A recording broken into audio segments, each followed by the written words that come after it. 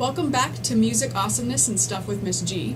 In this video, I'm going to be talking about score markings. And while in the whole gamut of all of the different types of music that you might encounter as a musician, what I tried to do is I tried to pick out the score markings that I think are probably the most common that you're going to see in your music. And it's really important for you to understand what all of these score markings mean, because just playing the right notes and rhythms is not enough. So knowing what these score markings mean and being able to execute them on your instrument is extremely important. So let's take a look at some of them.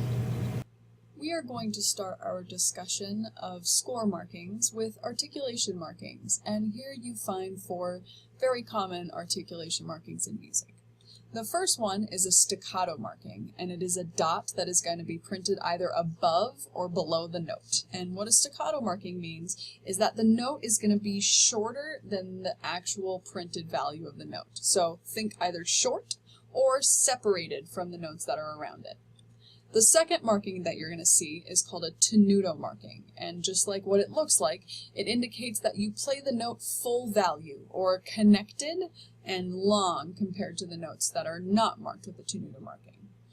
The next one that looks like a little bit of a backwards Pac-Man is called an accent marking, and what that means is to emphasize that note. Usually what that means is play it a little bit louder than the notes around it, and or to tongue it a little bit harder. And the last marking that you see has a variety of names, depending on who you're talking to. It's called a marcato or a rooftop. I've also seen it referred to as a vertical accent. Basically what it means is to play the note accented and short. So the way I like to explain it is, imagine that a staccato marking and an accent marking had a little articulation baby. It would end up being a marcato, so short and accented. So it's really important that when we're talking about score markings, we pay attention to our dynamics. So the dynamics that you see up on the top are what I would call static dynamics, which means that play the passage at whatever dynamic this is marked. Pianissimo would be the softest, piano slightly louder, mezzo piano, mezzo forte, forte, and fortissimo. Please realize that you also might see a triple piano, which would be a little bit softer than pianissimo, or a triple, or at times I've seen quadruple forte. Basically that means at the upper end of your dynamic range, but still with a good sound. Forte piano is exactly what it sounds like. Hit the tempo, or hit your note at a forte and then go right back down to piano. These are usually accompanied with a forte piano crescendo, but not always.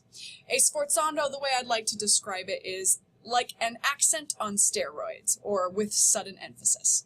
Crescendo means hit whatever dynamic you are at and then gradually get louder. Diminuendo or decrescendo, those two words mean the same thing, or are synonymous, means hit your note at whatever dynamic and gradually get softer. We also need to be aware of what I would call form markings.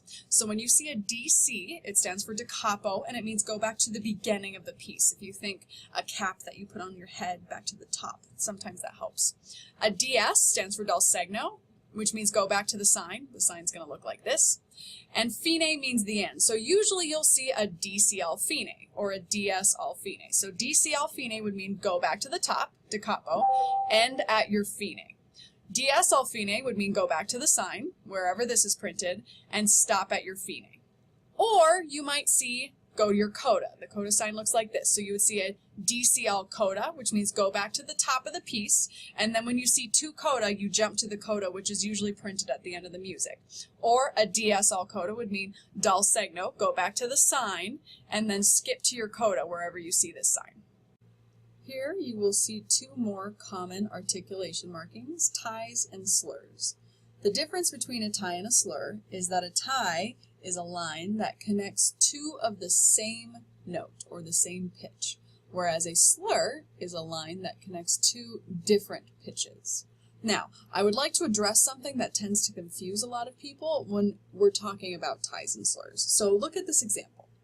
Here you will see 4 different notes, and you will see a slur on the top and a tie in the middle. What most people think is that since this slur covers all 4 notes, you would not tongue or articulate any of the notes except the first one.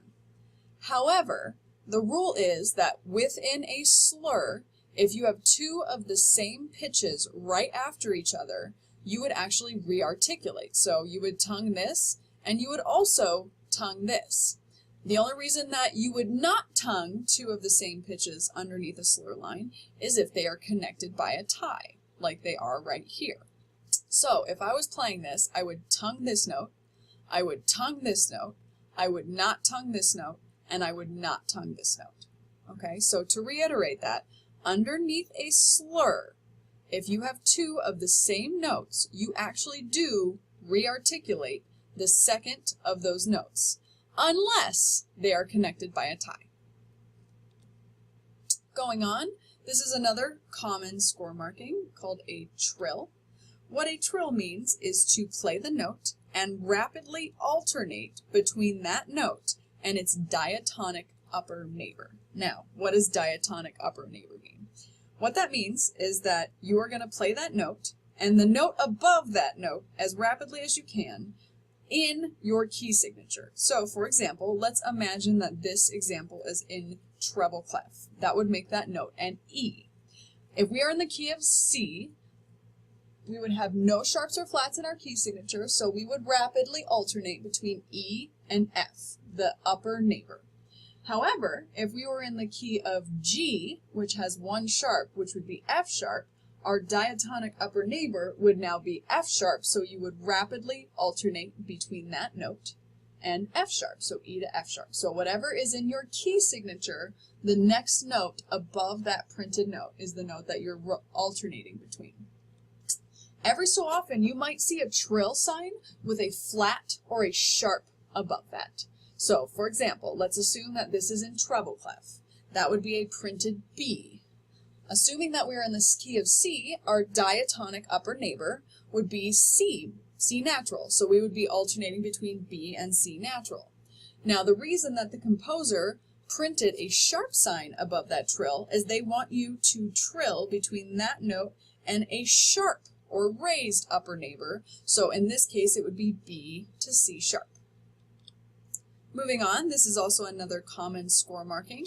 This is called a fermata, and what it means is to play the note longer than the initial printed value of the note.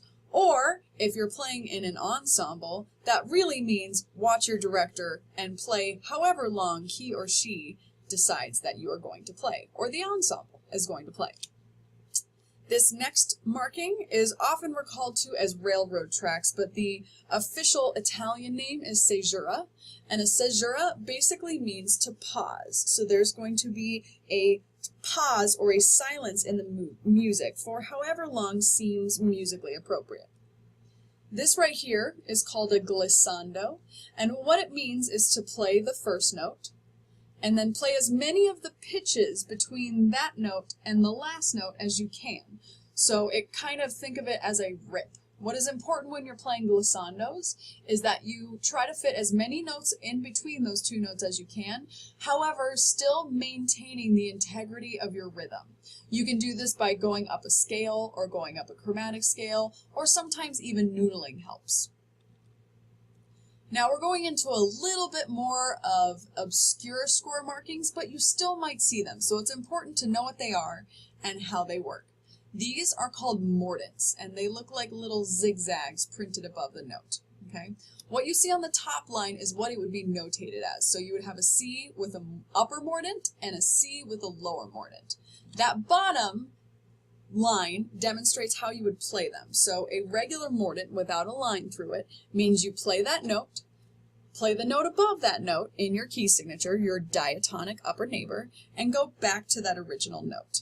If you see a mordent with a line through it, like the second example, you would play the original note, play the diatonic lower neighbor, or whatever the note is below that note in your key signature, and back to your note. So it'd be ba-da-dum or ba-da-dum.